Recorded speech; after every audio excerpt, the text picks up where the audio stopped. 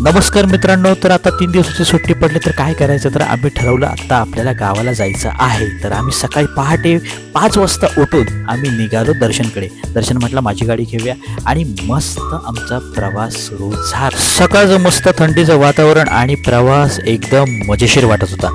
तर मित्रांनो, सकाळचे वाजले 8. त्यानंतर आम्हाला खूप भूक लागली.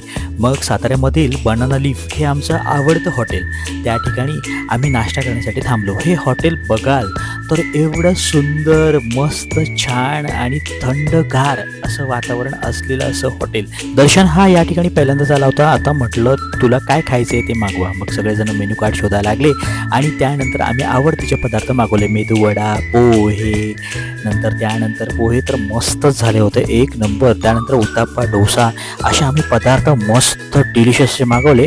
त्यानंतर हॉटेलमध्ये बघतो तर काय, एक अभिनेत्री, हो, अदिती शारंगधर यांच्यासोबत आम्ही फोटो काढले आणि मस्तपैकी पुढच्या प्रवासाला सुरुवात केली. पुढच्या ब्लॉगमध्ये नक्की भेटूया. तोपर्यंत tata, bye bye, take care.